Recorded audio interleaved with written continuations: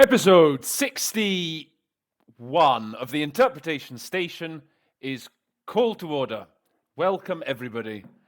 I say it's 61 because I'm actually currently on 59 as we speak. But I reckon by the time I do this, by the time I go through all the production, finding all those stupid photos that I put up in the corner, it's going to take me a couple of days, and I'll try and get another short episode out tomorrow. So I reckon it's going to be 61. Today's episode, so it's a tutorial. It's a part 2, actually, of the statement that we did a few episodes back. I think it came out about 3 weeks ago now, on Haiti, if you remember. It was Haiti, their presentation, their opening statement to the Committee on the Rights of Persons with Disabilities. So my advice to you is to go and watch that episode 1 first. Again, I'm going to leave a card to that somewhere here. And then, in fact, before you watch episode 1, prior to that, I did another episode where I took you through the Convention on the Rights of Persons with Disabilities. I went through it showing you all the, the key vocabulary, the key instruments that are mentioned. So you probably want to watch it in that sequence. First of all, the convention, then part 1 of Haiti, and then this episode. And by the end of this episode, you're going to be complete experts on all there is to know about the issue of disability, at least coming from French anyway. So, yes, we were doing Haiti. It was a statement that was provided to us by Kerry. And we got halfway through, so we're going to do the other half today. As you recall, because it's Haiti, there's going to be much of the issue of disability revolves around the whole issue of the big earthquake from 2010 that we talked about. So let's continue where we left off, and let's hear what Kerry has to say. There is also the critical aspect of universal accessibility to the built environment in Haiti.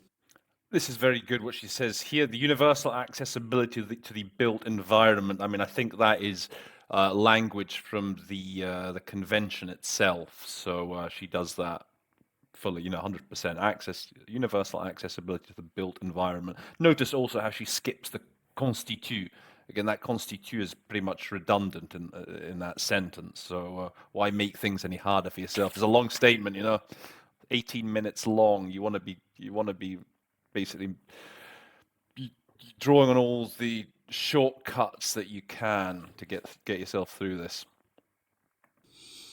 This involves promoting equal access by persons with disabilities to school, university, healthcare, the public space, public transport, housing, work, etc. In this area, the inequality is glaring. Oh, that's a very good adjective she uses there, isn't it? Glaring. I like that a lot. Another word I had was rife. Inequality is rife. And also just notice, au niveau de ce domaine, which is, again, just quite a sort of flowery way of just saying in this sphere, in this area. Remember, the Haitians tend to be, we again mentioned this in episode 1, the Haitians tend to be rather flowery in their language, so don't feel obliged to mimic them. Don't feel obliged because it's going to make your job harder. Just keep it simple. Keep it simple. Retain the meaning, but don't go off don't mimic their flowers.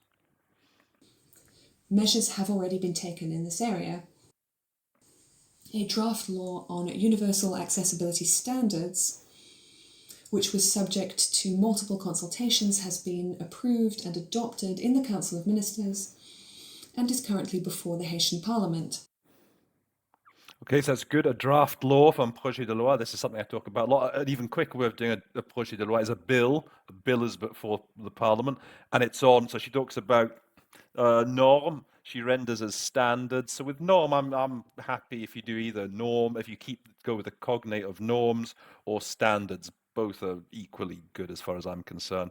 And notice it also fait l'objet de nombreuses consultations. It's more natural in English if you're going to talk about, if you're going to keep a similar structure, it's been subject to numerous consultations. What I think is perhaps even slightly better is if you can say has undergone, let's say, broad consultations.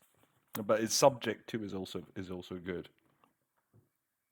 And au Parlement haïtien, again in English, we're more like to say that our bill is before Parliament. You can say in Parliament, but I think it sounds a bit more natural English to say that it's before Parliament. We underscore that this work is still ongoing in the legislative field. As part of Crosscutting Inclusive Public Policy, the Office of the Secretary of State for the Inclusion of Persons with Disabilities, the BSEIPH, has set up a monitoring and communication mechanism, which is more or less permanent, to ensure sectoral application of these standards. Now, there's a couple of important bits in this long sentence beginning dans le cadre. The first, okay, transversal. That's an important word that often gets used, in certainly at the UN. So I usually go with cross-cutting. Okay. Intersectional, perhaps you could also go with, but I tend to just play safe and go with cross-cutting measures. Now, one of the things we're going to be looking at in this episode is in this half of the statement, the ambassador, or is it the minister, he refers to a lot of internal Haitian departments and mechanisms, okay, with some quite clunky names, you'll see. And this is the first one that he refers to here. This is the bureau that he is in fact head of. And it is called, well, le Bureau de Secrétaire d'État à l'intégration des personnes handicapées. And if you listen to the original, so he gives out the full name, and then he gives the acronym, okay? The original speaker gives out the acronym. Now, he's sending a message to you. He's trying to help you, and he sends that message, okay? Because when he gives the full name and then uses the acronym, you've got to take that hint that he's going to use that acronym now going forward in the rest of the statement. So when they do something like that, it's similar to when I tell you, okay, you have a long sort of the name of some organization or whatever it may be. Or even when we talk about, when you first say the Convention on the Rights of Persons with Disabilities, and then you say CRPD, you're signaling to the listener that, from now on, you're going to be just using that acronym to make your, to make your life easier. Now, he's doing the same thing to you this time. He's telling you that he's going to be using the acronym. It's a bit of a mouthful, the acronym, the BSEIPH. So you could note it down like that. What you'll see is actually that Kerry will be using that acronym that he gives. But you need to note something down. I would be more tempted to say, he says, okay, le bureau du secrétaire d'État. I would say maybe, when I render the name as the Bureau of the Secretary of State for the Integration of Disabled Persons, I would then perhaps say the Bureau. I think I'd find it easier to say the Bureau or my Bureau, because that's who he works for, as opposed to the acronym, the BSEIPH. But it's up to you. So whatever you find easiest. In this particular case, I think I'd find it easier to just remember the bureau or the office. But I'd make sure to write that down, because you can be certain he's going to use it again. Okay. Okay. Then he talks about un dispositif de veille, so a monitoring mechanism. I like that. That's very good. An oversight mechanism is another. Oversight is very. It's very much an in word. There's monitoring the situation, how things are being implemented. So either is good. Monitoring mechanism or oversight mechanism. Quasi permanente. Kerry says almost permanent. This mechanism is almost permanent. I often use with permanent. I tend to avoid actually using the cognate permanent most of the time. With something like these mechanisms, okay, invitations, instruments, they tend to be standing. A standing invitation. You often talk about standing invitations in the Human Rights Council. A standing mechanism. It sounds a little bit better, I think, in English than permanent. You'll also notice, though, that a bit later on he uses permanent again a couple of times, where it makes more sense to use the cognate permanent. But we'll look at that when we come to it, and we'll compare the two contexts. Okay, let's go on.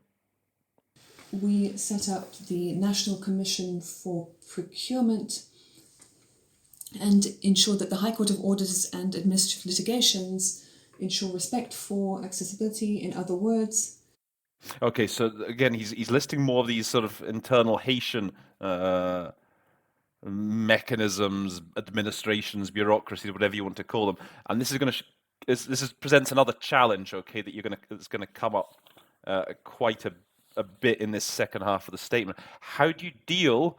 When you have a country presenting like this, they're going to talk a lot about what internal bureaucracies they've set up to handle certain affairs. So how do you deal with these names? And there's a temptation, you'll see it with the name of a ministry, okay? It's going to come up later. It's called the Ministère de Santé and something else, okay? And the temptation is, okay, here's the Ministère de Santé, and your temptation is to just leap in and say the health ministry. But then what happens is that the name continues. It's not just the Ministère de la Santé, it's the Ministère de la Santé of other things, you'll see. So my tactic generally with the names of these sort of internal bureaucracies is to just follow the sequence of the words as they give them. Maybe there's if you wait, you can give a sort of snappier, neater sounding solution, but because some of these bureaucracy names can be very long anyway, I tend to find it's easier just to go with them as they say the names. Okay, so here, she says, it's the Commission Nationale des Marchés Publics. So I would say, the National Commission for so marché public. That's an important thing to note. Public procurement. All right, that's an important expression that you should note. So, for example, here, rather than waiting, I'd say the National Commission for Public Procurement, as opposed to the National Public Procurement Commission sounds neater, okay? But you don't know if there's going to be something else. Maybe that's Commission for the for Public Procurement and something else. Because you don't know, it's just it's easier makes your life easier if you just say the National Commission for Public Procurement, and then if there is something else, you can just say and whatever else it may be. La Cour supérieure des comptes. Okay, that's the audit. Whenever you hear Cour des comptes, that's always to do with the auditors. So that's the higher court for auditors. Oh, and so here, this is a good example, in fact. La Cour supérieure des comptes et du contentieux administratif. So that's one entity. Okay, it's not just for a court of auditors, but it's also a court for, let's say, administrative litigation or administrative disputes.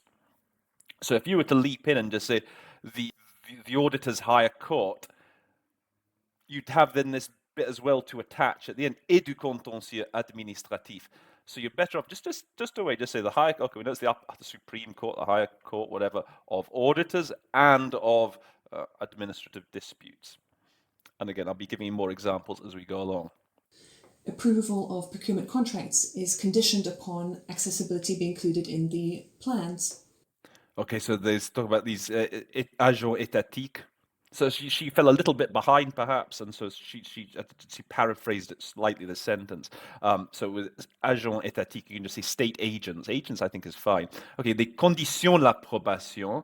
So, okay, because they condition approval of a contract on, or they make approval of a contract conditional on.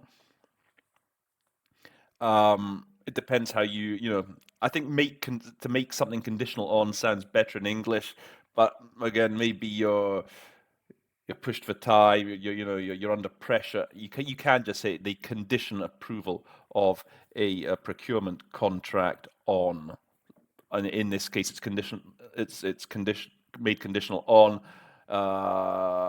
including accessibility principles in the implementation plans. We can say that there is a substantial progress that is underway, but there... Okay, this is an interesting expression, this sans embâche. For me, when I hear sans embâche, I always think about, not beating around the bush.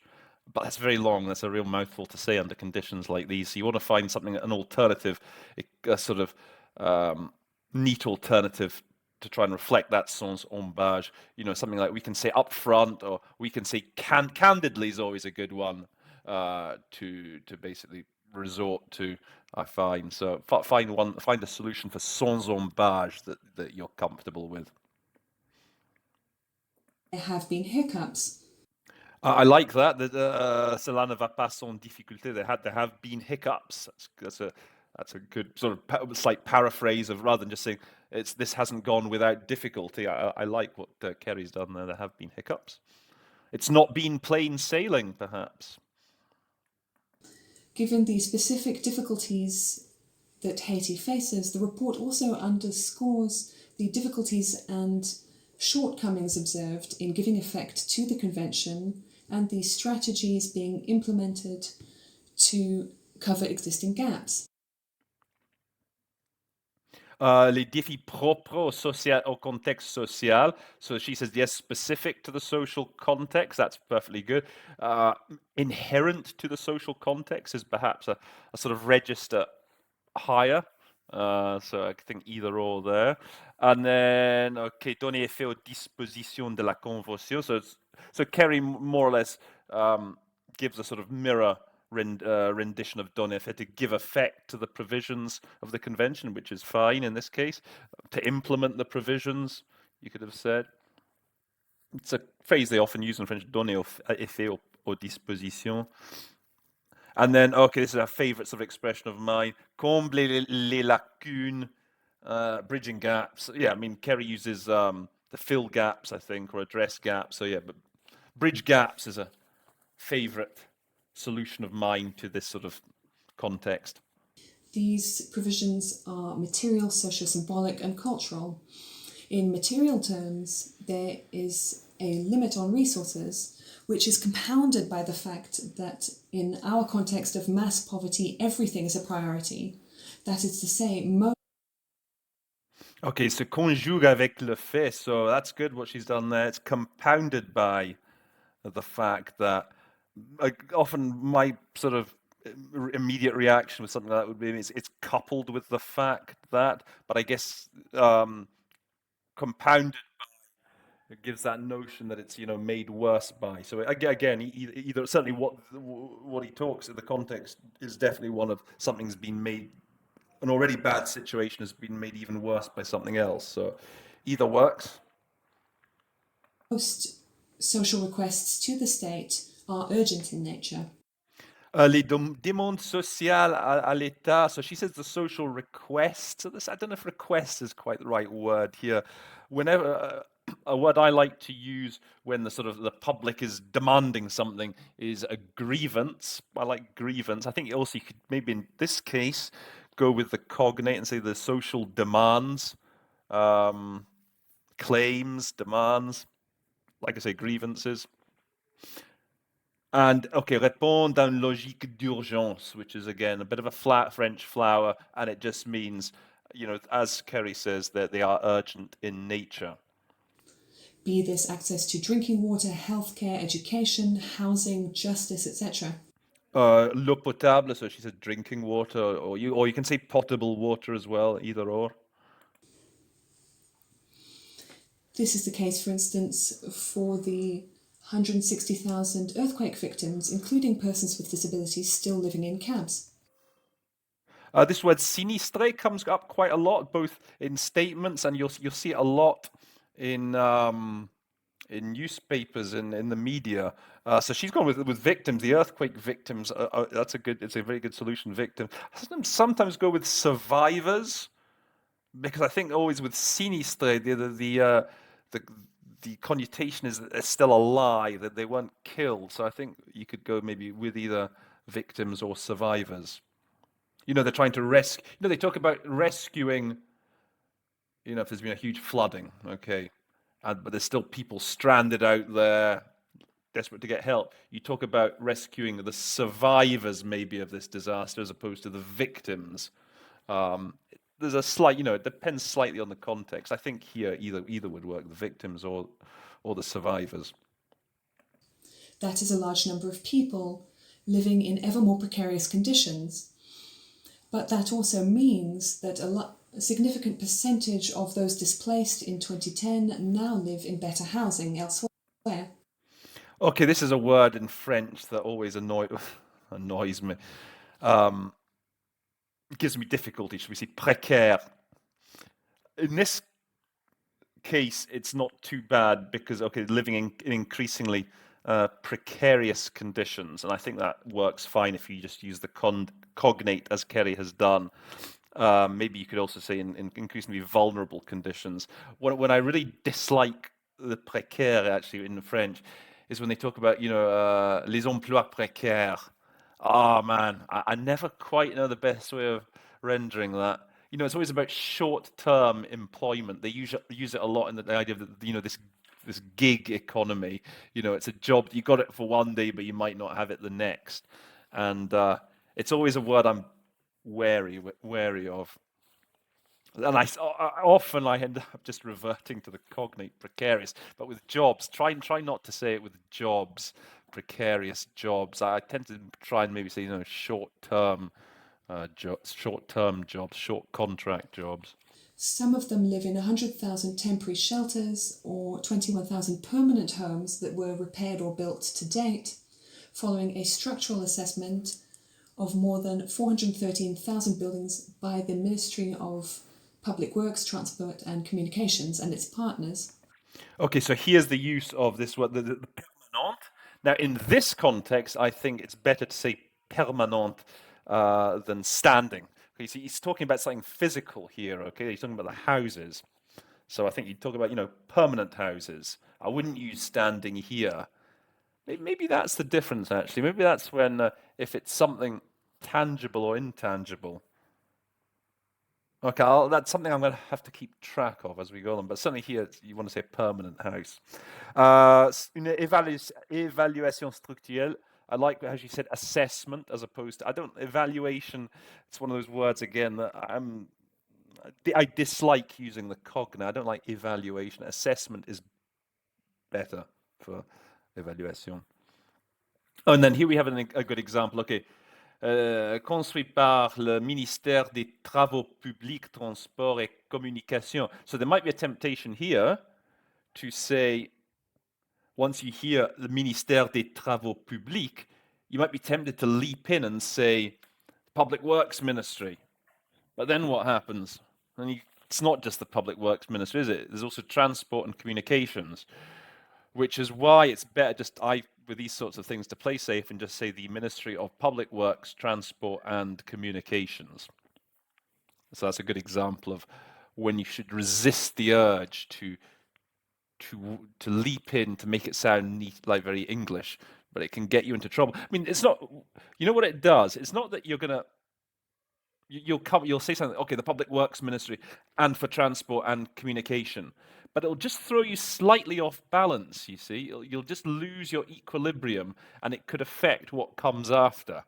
That's my sort of concern with these things. I just find it's better, just as I say, just to play safe with these long ministry names or long department names. That way you won't lose your balance further on down the sentence. Also, the number of children in primary school increased for the year 2013. This is a good word to know. Okay, scolarisé, so enrolled. Okay, that's a very important word to have. Like when it comes to social issues, this is something that gets, particularly when they talk maybe about the Convention on the Rights of the Child. That's a big thing, part of that, the level of enrollment of children. So that's a good go-to solution for scolarisé.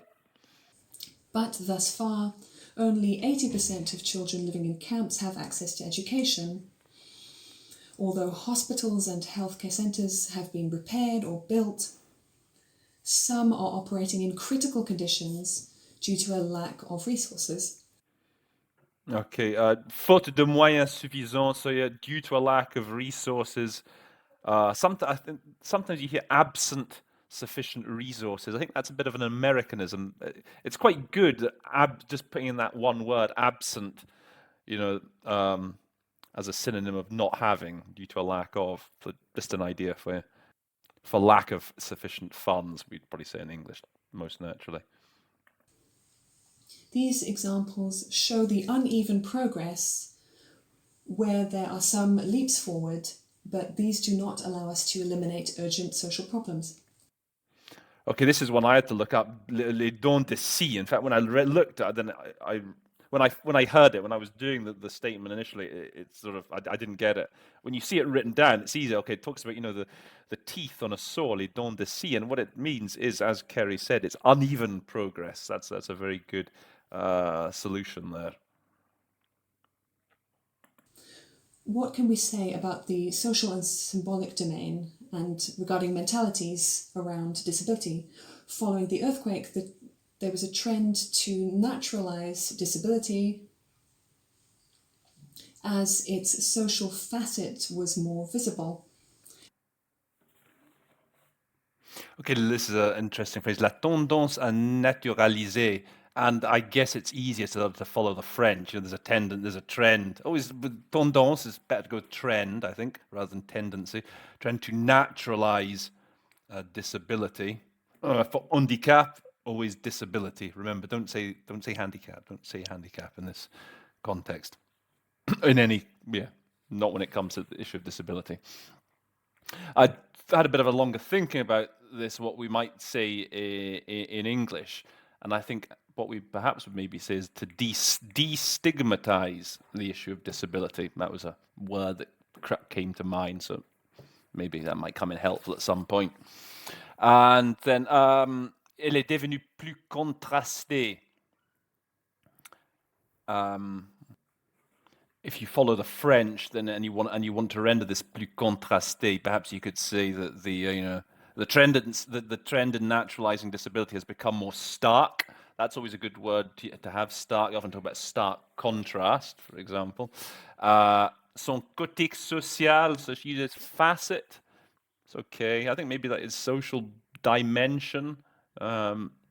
Sounds more what we'd say in English. I think facet's okay. And this is in spite of the fact that some interpret this religiously and attempt to attribute the earthquake to ill fate or divine punishment. I'm just wondering what Kerry was thinking here okay, she had interprète religieux, and she didn't like the idea of saying religious interpreters. I think that whenever we hear the word interpreter and then we actually have to say the word interpreter, there's always an element of thinking that this is applying to us. Because obviously he's criticizing these religious interpreters. It almost feels like a criticism on our account. An idea I had maybe for interprète religieux. Could you say clerics? Maybe might be a good way of rendering interprète religieux. And then this picks up again on what they talked about, if you recall from episode 1, that there was a trend for lots of people to say that the earthquake, it was all part of this divine retribution for when Haiti got its independence from France. That they basically they basically did a deal with the devil, and so there's lots of factions, I guess, of society that still attribute this earthquake to hand of God. Retribution here is a good word that she's used. Thus, little by little, there is a transformation underway in social mentalities linked to intensive advocacy and awareness raising activities conducted among the public by the Office of the Secretary of State for the Inclusion of Persons with Disabilities and its various partners, associations, communities, institutions, and the media.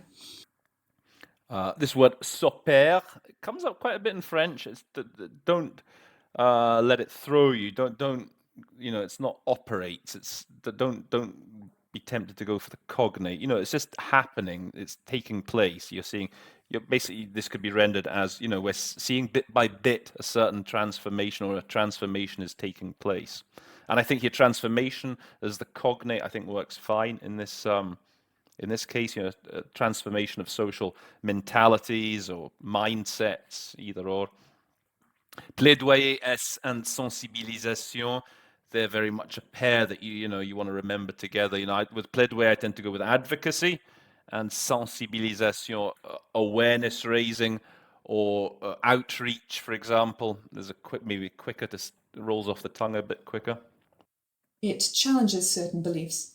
Today we can say that awareness raising around disability which was organised in 2010 for public transport drivers to ensure they have a positive attitude towards persons with disabilities, was welcomed.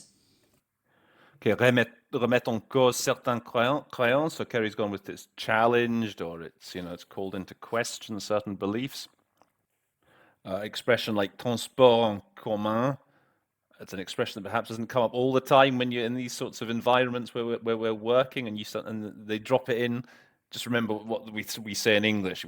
Public transport, or for you Americans, mass transit. Is it mass transport? You say? We say public transport in the UK. Mass transit.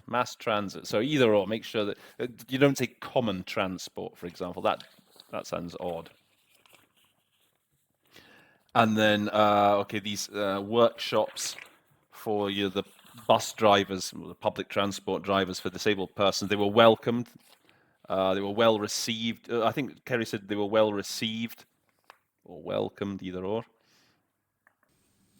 Field visits have been conducted by the BSEIPH in February 2013 in the Centre department, and in April 2013 in the departments of Sud, Sud-Est, Ouest and Nîmes, as part of a school adaptation project in partnership with the Ministry of Education and Vocational Training and the Development Agency of a Friendly Nation. Okay, visite de terrain, that's very good. Field visits, that's an important phrase to know in English. And then, so here he gives the acronym, doesn't he? The BSEIPH. And so Kerry, she's obviously noted down that acronym, so now she can just, reel it off. Again, I would probably find it easy just to say my bureau, our bureau. And then, okay, she names with these the various departments. She just keeps the French name. She said Sud, Sud-Est. I think that's okay. You could say, or you could South, Southeast. Maybe it sounds better actually just to keep the French name. Projet d'aménagement d'école. So she said adaptation, adapting schools. So a word that came to my mind, actually, I was really pleased with, was for retrofitting. Okay, so schools that were already schools, but you're just improving, renovating them. I think we say we retrofit. So for when they talk about projet d'aménagement de whatever building it may be, retrofit. Note that word down. And then here you have another one of these a name of one of these departments. The Ministère de l'Éducation nationale et de la formation professionnelle. Again, I would just follow it along. Ministry of National Education, and so she said vocational training for formation professionnelle, which is very good. Vocational. I mean, you could just say professional as well, but vocational is a very good word. This was a good opportunity to highlight the importance of universal accessibility in construction projects or school renovation. L'occasion a été propice. So she said good opportunity. Sometimes keeping it simple can work perfectly well in English, and perhaps the more like-for-like rendition would be this was a timely opportunity, but in English it's perfectly reasonable to say this was a good opportunity. This was also true for the installation of ramps for access to various public institutions under models for design and adaptation of places of work to make them accessible to persons with disabilities. It's a good word for conception. So design. I think that's the word you want to go for, because that's something that's going to come up a lot in this sort of context when it comes to retrofitting buildings. So you don't want conception. That's something else altogether, isn't it? So design is a very good word. Lieu de travail, place of work, workplaces. In this context, the special school Foyer d'Amour in Port-au-Prince and the town hall of Pétionville have received access ramps. So again, this is another good opportunity where you can use that. The retrofit, the town hall has been retrofitted with an access ramp. I mean, what she said was fine, but if you haven't used that word before in this context, it's very unlikely that retrofit is just going to suddenly magically drop into your brain at that moment. So obviously you have to work with what you've got, work with the vocabulary you've got. You've just got to adapt it. By the way, the retrofit only came to me after I did this text. I was reading it and thinking, what do we say in English? What's a better way of doing this? And it came to me. So it didn't come to me when I was doing it. Public policy. Alongside these awareness-raising activities, we have started setting up inclusive public policy. I like which is parallèlement à ces activités, which is alongside these activities. I'm always, my first reaction is sometimes to say parallel when I hear parallèlement, and it sounds a bit clunky in English, parallel to these activities. So alongside is good. And then here we go again, plaidoyer et sensibilisation, advocacy and outreach or awareness raising, whatever. The BSEIPH is developing partnerships with public and private stakeholders. With the Ministry of Health and Population, it participates in creating the Haitian Institute for Rehabilitation. Okay, so again, we've got all these offices and institutes. Again, he uses the acronym here that Kerry's ready with. And then here, the Ministère de la Santé Publique et de la Population. You might be tempted to leap in, as I say, with just saying the Public Health Ministry, and then he goes and tags that et de la Population at the end of it. And then if you're in the moment, you'd be like, oh hell, you've said like the Health Ministry and for population. It just knocks you off balance, right? So just to avoid getting knocked off balance, just go with Ministry of Public Health and Population, and then you just carry on smoothly. With the Fund for Economic Assistance and Social Assistance, programs have been set up for economic support for persons with disabilities. So she fell into the trap there, right? She thought, oh, Fond d'assistance économique, so the economic assistance funds, and then he goes and adds the est social. So yeah. Happens to the best of us. So, I would probably say the Fund for Economic and Social Assistance. You just got to give him you just got to let him have a couple of words ahead of you so that you can anticipate what he's going to say. Meanwhile, the Ministry of Education has set up the Commission for School Adaptation and Social Support, CASAS, which is active in terms of schooling for persons with disabilities. Another aspect of this is with a lot of these there's another way of actually approaching these long administrative names is not to be at all phased if you have gone in early. So if you just say the National Education Ministry, there's an argument perhaps to be made. Just leave it at that. Don't worry about the bit that's tagged on at the end and just carry on. Your listeners are never going to know the difference. So it's kind of up to you. So she's left out the bit about. Well, admittedly, the guy's already mentioned this, the Ministry of National Education and Professional Vocational Training before. I guess you just have to decide what you're most comfortable with doing. Me personally, I would, as I say, I just wait and render it as he goes along. But there's if you think it sounds untidy to say the National Education Ministry and for professional training, it does sound nasty. Maybe just better off just leave the professional training bit. It's not that important. It's important you get the first bit. I think is probably the important bit, and the additional elements of ministry perhaps not quite as important. In accordance with the law of 2012, the BSEIPH signed a Memorandum of Understanding with the Public Company for Promotion of Social Housing, which grants a quota of social housing to persons with disabilities. So protocole d'accord. So she's gone with the Memorandum of Understanding. So maybe it's protocol of understanding, Memorandum of Understanding. Is she taking a little leap there? Maybe, but it's fine anyway. And then that's accord and quota. It's good to have the right collocation with a quota, so granting a quota. Regarding access to the labour market, the BSEIPH works hand in hand with the Office of Management and Human Resources, which is active in career management for civil servants to ensure compliance with the job quota of the law of 13th of March 2012 for persons with disabilities. So again, another sort of quite lengthy bureaucratic title, the Office of Human Resource Management. That's one that, for me, trips off the tongue quite easily because in my work we're always dealing with them, so that's not one I'd really struggle with. And I guess, as I say, if you wanted to play safe, you'd probably say the Office of Management of Human Resources would be perfectly okay as well. Although Office of Human Resource Management does sound nicer.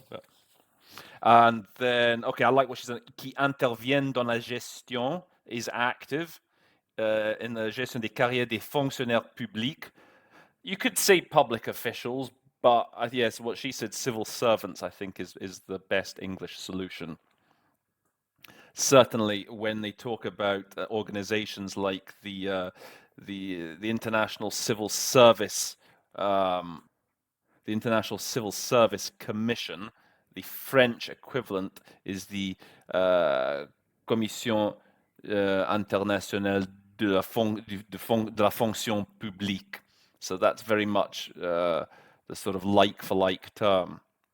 Fonction publique, civil service. Discussions are still underway with employers with a view to recruitment of persons with disabilities and to ensure respect for the job quota defined by the law. Oh, just to go back, prévu par la loi du 13 mars. So prévu, provided for is the sort of my stock solution for that expression. Well, again, it's easy for me to remember. Pré, the PR in prévu, and the PR in provided for. It's a good way of remembering it. And then just going forward, secteur du patronat, so the employers, the patronat is the employers. Now, I think when I did it, the word that came to me, I think I said the bosses, which is okay. So bosses, it's a bit low register. You want to be saying employers, but it's better to say something than nothing. You want to have something. You need to try and reflect that idea somehow. The secteur du patronat. So if bosses is the only thing that springs to mind in the moment, then I'd say better to go for it than leave it out. If you're slightly hesitant as to if it's too low a register. A first job fair was organised for persons with disabilities in 2013, and the BSEIPH has set up its own job placement service for this group. So here with the Service de Placement en Emploi, so she's actually weighted it. She's a job placement service, which sounds very, very neat. Again, if you're playing safe, you perhaps say a service for job placement. So again, it just depends how you're feeling in that moment.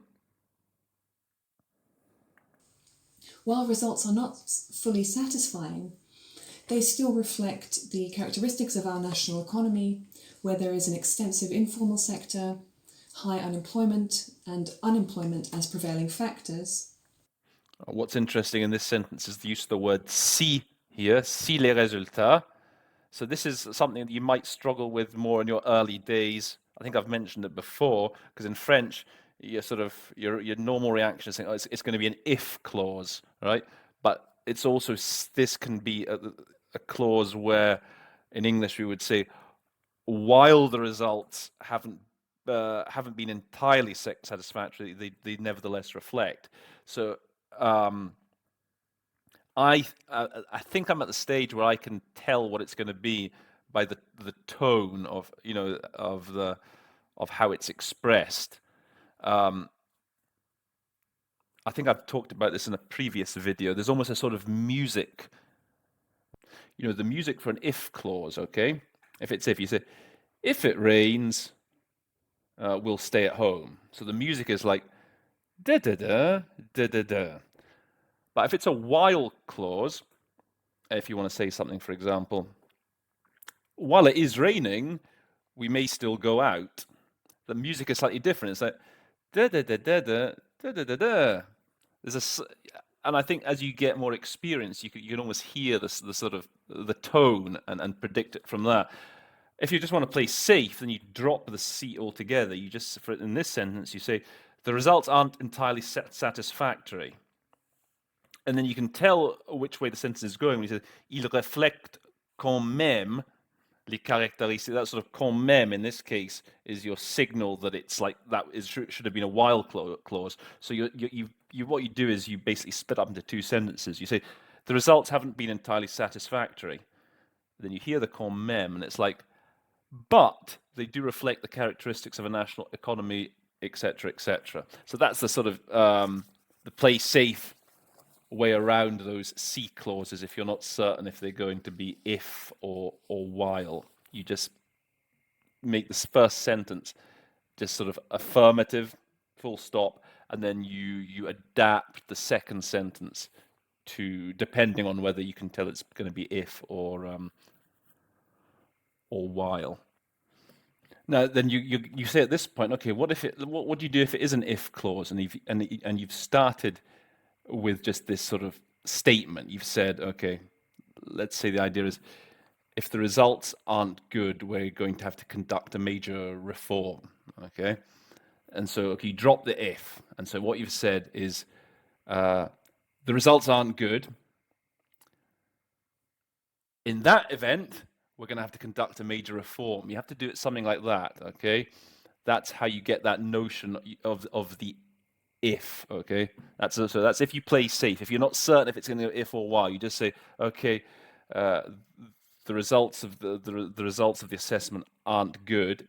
In that event, so when you say that in that event, that reflects the idea of the if. Does sound a bit clunky. I don't deny that, but that's the best way of doing it. So, as I say, I think it's something that you develop a sense for as you become more experienced and just hear it more and more. They still reflect the characteristics of our national economy, where there is an extensive informal sector, high unemployment, and unemployment as prevailing factors. A sous-emploi, okay, she says unemployment, perhaps it's underemployment, would maybe be a little bit better, not a big deal.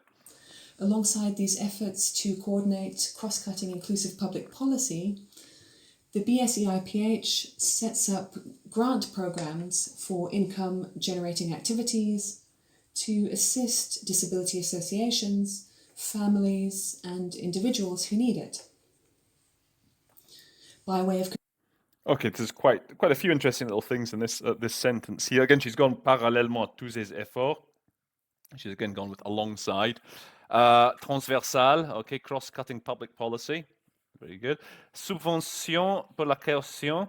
Subvention. So she said grants. I think grants or subsidies, either or, could work in that instance. This is an important set phrase. Okay, activité génératrice de revenus, income generating activities. That's a sort of set phrase. You don't really want to say revenue generating. It's income. Generally, with income, when we talk about people, it's income.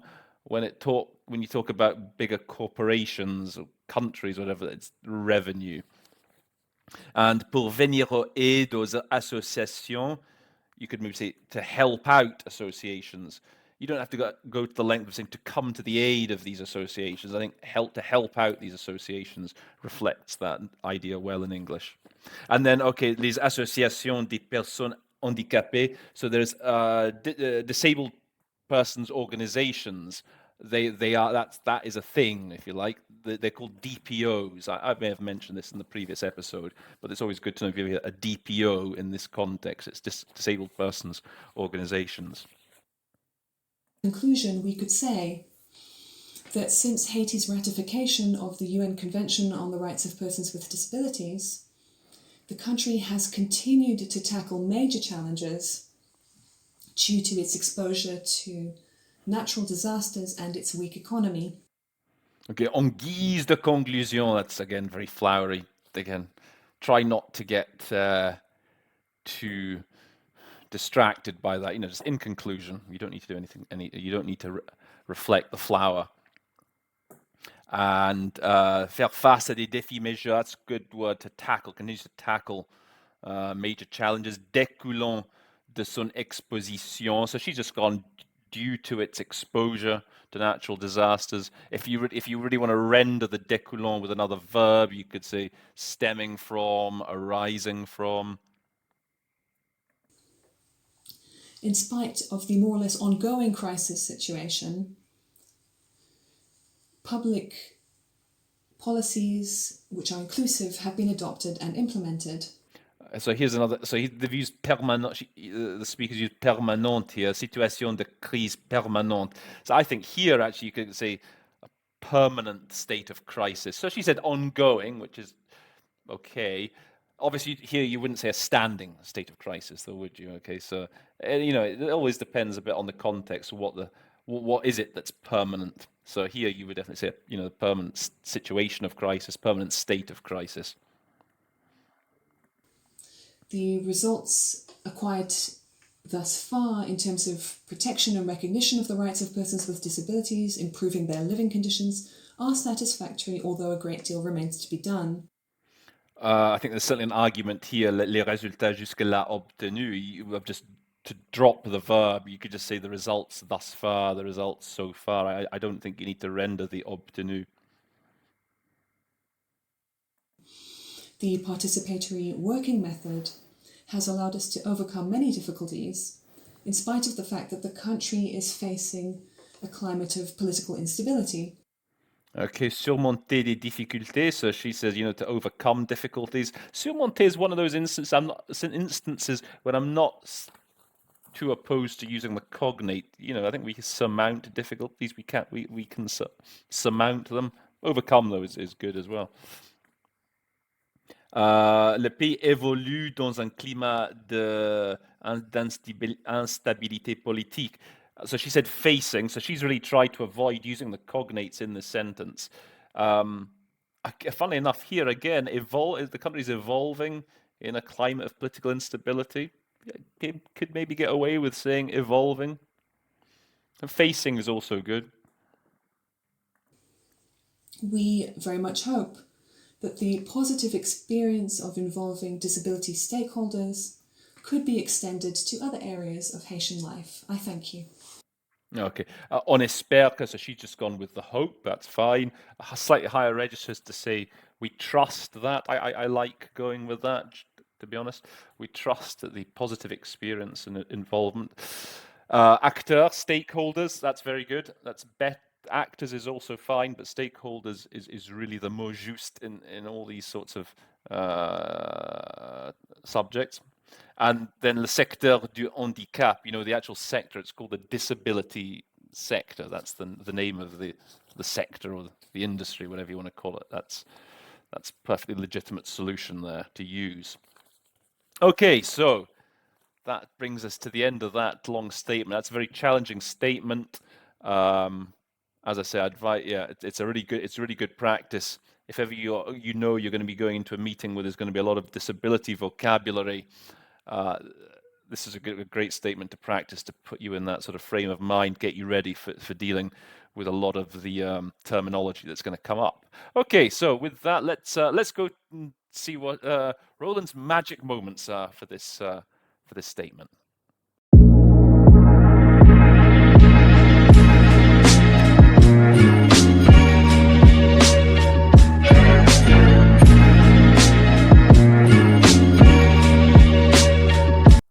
So, what are Roland's 3 magic moments of the day for today's episode? So, in third place, then, I want to pick a couple of these sort of bodies that the Haitian. He was talking about what various administrative bodies have done to promote the whole issue of disability within public policy in general, and he mentions a couple of these bodies. Okay, and one was the Commission nationale des marchés publics. So this is an important word, as I said during the episode, marché public. So either procurement or tenders. A marché public can be a tender, like an auction. I think tender is a more sort of the mot juste when it comes to this sort of this style of auction. We call it a tender. So that's an important word to know. And then whenever you hear anything about des comptes, like in this case it was le Cour supérieur des comptes, if ever there's like a commission des comptes, it always tends to be audit is the word that you really want to have within arm's reach, shall we say. And again, there was it was the Cour supérieure des comptes et du contentieux administratif. So contentieux, you want dispute. That's the word you really need there. Okay, so that's Roland's magic moment, the third place. Now, in second place, this expression, sans embâge, it's one of those French expressions that you hear it, you know exactly what it means, but for some reason it can be a little bit difficult sometimes to render it into English, certainly to render it efficiently when you're under pressure. And so I think that I gave you during the episode, I said just candidly or frankly. The actual expression he said used was on peut dire sans embâge qu'une avancée substantielle est en train de se produire. Okay, so I basically suggested we can say candidly, and I think that's perhaps the best when it's being used as an adverb. Then some other alternatives that have sprang to mind. If you're going to talk about, there was un rapport sans embâge, okay, un compte rendu sans embâge, when used as an adjective, okay, and we talk about, a no holds barred report or a warts and all report. So there's a few sort of different alternatives. As I say, the first thing that springs to my mind is birds not beating around bushes too much, but that's a mouthful. That's a mouthful. So find again something you're comfortable with. As I say, my advice is when it's used as an adverb, just go with candidly. Don't try and play around with it too much. If it's being used as an adjective, then you can maybe think of one of these, like a no holds barred, warts and all. Or you could again just use a frank report, if nothing else springs to mind. And finally, in first place, Roland's magic moment of the day. It's that word that I gave you. It's retrofit. So again, whenever you're talking about infrastructure that's being built, it's being adapted to tailor a specific need, I think retrofit is your go-to word. If you can sense that, if you're in a meeting where you can sense that those sort of issues are going to be brought up, just note it down somewhere in a little scrap of paper. Retrofit. Roland's magic moment of the day. Okay, well that brings us to the end of another episode. I hope it's been helpful to you. I hope you learned some more new words. As I say, I advise you to watch episode 1 before you watch this one, and the background episode on the convention, on the CRPD. If you've enjoyed the episode, give me a like, smash the like button. If you haven't done so already, remember to subscribe. Tell your friends about it. Spread it around on your social media. Keep following me on the LinkedIn group page. That's where I put up a lot of short episodes. I mean, I put up little 3-4 minute little specials, giving little site translations, and yeah, that's pretty much it. So it's, as always, it's been a pleasure, and all I have to say is that, what are we on? Is it 61? I said at the beginning, right? 61. Episode 61 of the Interpretation Station is adjourned. The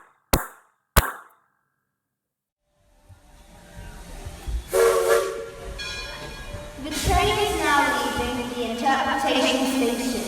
We hope you enjoyed your visit. Until next time, folks.